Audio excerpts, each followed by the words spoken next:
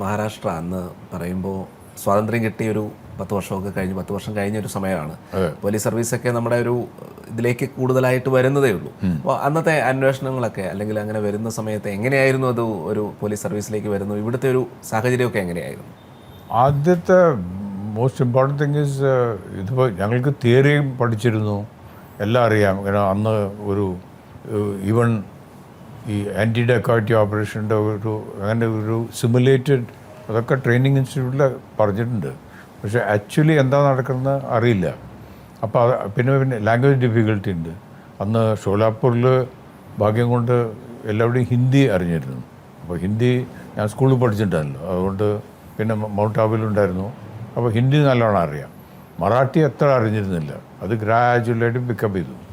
അപ്പോൾ ആദ്യം ഷോലാപ്പൂരിൽ പോയപ്പോൾ ആദ്യം എൻ്റെ എന്നെ ക്രൗഡ് കൺട്രോളിന് ഈ പണ്ഡർപൂർ എന്ന് പറഞ്ഞ സ്ഥലത്തുണ്ട്. പണ്ഡർപൂരിൽ വലിയ ടെമ്പിളാണല്ലോ, അവിടുത്തെ അത്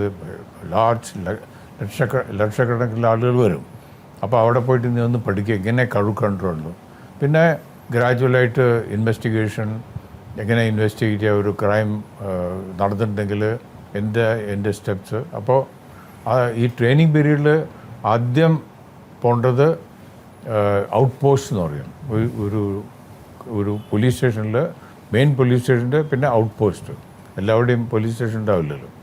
അപ്പോൾ ഒരു സ്ഥലത്ത് കുറുഡ്വാടി എന്ന് പറയും ഒരു സ്ഥലം ഉണ്ടായിരുന്നു. അതൊരു ജംഗ്ഷനാണ്. അവിടെയാണ് ഏകദേശം ഒരാഴ്ചയിലോ അതുണ്ടാവും 10 കിലോമീറ്റർ. ഞാനൊരു ഹെഡ് കോൺസ്റ്റബിളായി വർക്ക് ചെയ്തു. ശരിക്കുള്ള ഹെഡ് കോൺസ്റ്റബിൾ ഉണ്ട്, പക്ഷെ അവൻ എന്താ ചെയ്യുന്ന അതേമാതിരി. അപ്പോൾ അന്ന് രസം എന്താ പറഞ്ഞിട്ടുണ്ടെങ്കിൽ അന്ന് I was A good runner. എനിക്ക് നല്ലോണം ഓടാനൊക്കെ ഇഷ്ടമായിരുന്നു. അപ്പോൾ ഒരു ദിവസം രാത്രി എന്താ പറയുക, ഒരു ഇൻഫോർമർ എന്ന് പറയും. ഇൻഫോർമർ എന്ന് പറഞ്ഞാൽ ഈ നമ്മളുടെ എന്താ പറയുക ചാരണോ അങ്ങനെ. അവൻ പറഞ്ഞു ഇങ്ങനെ ഒരു മേർഡർ അക്യൂസിൻ്റെ ഒരുത്തൻ വന്നിട്ടുണ്ട്, അവൻ ഹൈഡ് ചെയ്യുന്നതിന് വില്ലേജിൽ. അപ്പോൾ അവനെ പിടിക്കാൻ വേണ്ടിയിട്ട് അന്ന് എല്ലാവരും ജോറിലെല്ലാം ഹെഡ് കോൺസ്റ്റബിൾ കുറച്ച് വയസ്സനായിരുന്നു. അന്ന് വെഹിക്കിൾസ് ഉണ്ടായിരുന്നില്ല, ഒന്നും ഉണ്ടായിരുന്നില്ല. അപ്പോൾ ആ ഹെഡ് കോൺസ്റ്റബിളും പിന്നെ 2 കോൺസ്റ്റബിളും ഒരു ട്രെയിനി സബ് ഇൻസ്പെക്ടർ ഉണ്ടായിരുന്നു ഞങ്ങളുടെ കൂടെ. എൻ്റെ കയ്യിൽ വെപ്പണമൊന്നുമില്ല. അന്ന് ഈ പ്രൊബേഷണറാണെന്നെങ്കിൽ പറഞ്ഞാൽ നമുക്ക് റിവോൾവറൊന്നും കിട്ടില്ല. അപ്പോൾ ഇത് സബ് ഇൻസ്പെക്ടർ ഹാഡ് ഈ വാസ് സബ് ഇൻസ്പെക്ടർ. അപ്പോൾ ഞങ്ങൾ okay let's go and catch him. ഞാൻ വിചാരിച്ചു ഇത് വളരെ ഈസിയാണ്. അപ്പോൾ അങ്ങനെ പോയി രാത്രി ഒന്നും വെഹിക്കിളില്ല. അപ്പോൾ ഒരു ട്രക്ക് പോകണം, അതിൻ്റെ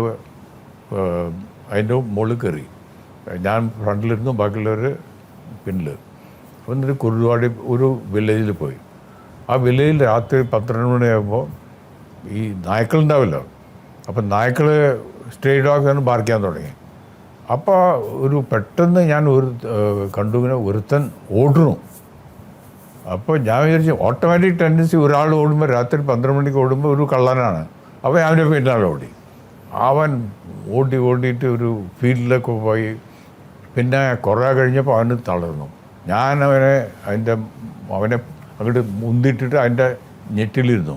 പിന്നെ ഞങ്ങളുടെ പാർട്ടിയിൽ ഹെഡ് കോൺസ്റ്റബിൾ പാവം വയസ്സനാണ്, മെല്ലെ വന്നു. ഈ സബ് ഇൻസ്പെക്ടർ വന്നു. നോക്കുമ്പോൾ ഇവനാണ് ആക്സിഡൻ്റലി അവൻ തന്നെയാണ് ഈ murder accused. He was absconding. അവൻ നിൽക്കുമ്പോൾ ഒരു ഭയങ്കര അവനെ എന്നെ പിടിച്ച് ഞെക്കിക്കൊല്ലും. പക്ഷേ fortunately he thought that I had some weapon. അതുകൊണ്ട് അവന് ഒന്നും എന്നെയും ചെയ്തില്ല. അവനെ പിടിച്ച് നോക്കുമ്പോഴാണ് ഈസ് എ മർഡർ അക്യൂസ്. അവൻ ഈ പോലീസ് പാട്ടിലിനെ കുത്തി ഭയങ്കരമായിട്ട് സ്പിയർ എടുത്ത് കുത്തി. എന്നിട്ട് അവൻ he was absconding. So that give me A good appreciation. അന്നൊക്കെ ഒരു DIGയുടെ അപ്രീസിയേഷൻ കിട്ടുകയാണെങ്കിൽ വലിയ ഇതാണല്ലോ. അതിങ്ങനെ ഒരു അപ്രീസിയേഷൻ കിട്ടി. That is my first encounter പിന്നെ അവിടെ ട്രെയിനിങ് കഴിഞ്ഞു.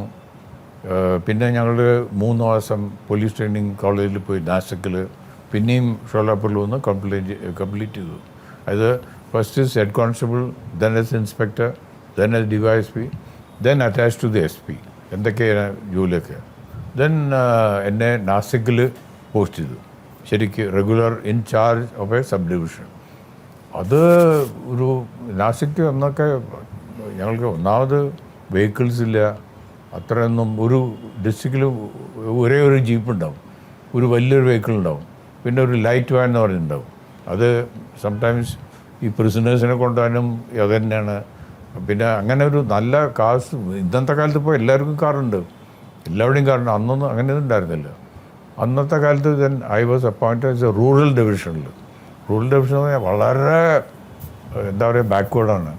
ചില പോലീസ് സ്റ്റേഷനിൽ നമുക്ക് നടന്നു പോയി ചേറിൻ്റെ ഉള്ളിൽ കൂടെ നടന്നു പോകണം. പിന്നെ ഹില്ലി ഏരിയ, ആദിവാസി ഏരിയാസൊക്കെ ആയിരുന്നു. അതായിരുന്നു എനിക്ക് ഓർമ്മയുണ്ട്. ഇപ്പോൾ 1961 അവിടെ അപ്പോയിൻറ്റ് ചെയ്തു. ഫസ്റ്റ് 18 days ഞാൻ പുറത്തായിരുന്നു. മർഡർ കേസ് വന്നിട്ടുണ്ടെങ്കിൽ അവിടെ പോകണം. അങ്ങനെ വീട്ടിലേക്ക് വന്നിട്ടില്ല. ബാച്ചിലർ ഓഫ് കോഴ്സ് ആയിരുന്നു, നത്തിങ് ഇൻ ദി ഹൗസ്. നമ്മുടെ ഓർഡർലീസ് ഉണ്ടാവും, ഇത്രയേ ഉള്ളൂ. അപ്പോൾ ഒരു ഫസ്റ്റ് 18-19 days കണ്ടിന്യൂസ് ട്രാവൽ. അതായത് ബസ്സിൽ പോകണം, ചിലപ്പോൾ ട്രക്കിൽ പോകും, എവിടെ ഈ ഇൻവെസ്റ്റിഗേറ്റ് ചെയ്യാൻ വേണ്ടിയിട്ട്. അങ്ങനെ നാസിക്കിലൊരു 4 കൊല്ലം ഇരുന്നു. പിന്നെ കുറച്ച് കഴിഞ്ഞപ്പോൾ സിറ്റി, അതും വലിയ ഒരേ എന്താ പറഞ്ഞിട്ടുണ്ടെങ്കിൽ ഈ ആദിവാസി ഏരിയ എന്ന് പറഞ്ഞാൽ ചിലപ്പോൾ നടന്നു പോകണം, ചില മണ്ഡലത്തിലൊക്കെ കുന്നുകയറണം പോകണം. ഐ ഡിൻ മൈൻഡ്, കാരണം അന്ന് ചെറുപ്പമായിരുന്നു. I use to like that type life. പിന്നെ അവിടെ കംപ്ലീറ്റ് ചെയ്തു 1965 വരെ. പിന്നെ എനിക്ക് പ്രൊമോഷനായിട്ട് പിന്നെ സാംഗ്ലിയിൽ അത് പറഞ്ഞു. അത് ഇറ്റ്സ് എ ബെറ്റർ ഡിസ്ട്രിക്ട്, ചെറിയ ഡിസ്ട്രിക്റ്റാണ്, കർണാടക ബോർഡറിൽ. അങ്ങനെയാണ് ഗ്രാജുവലായിട്ട് പോലീസിൽ വന്നത്.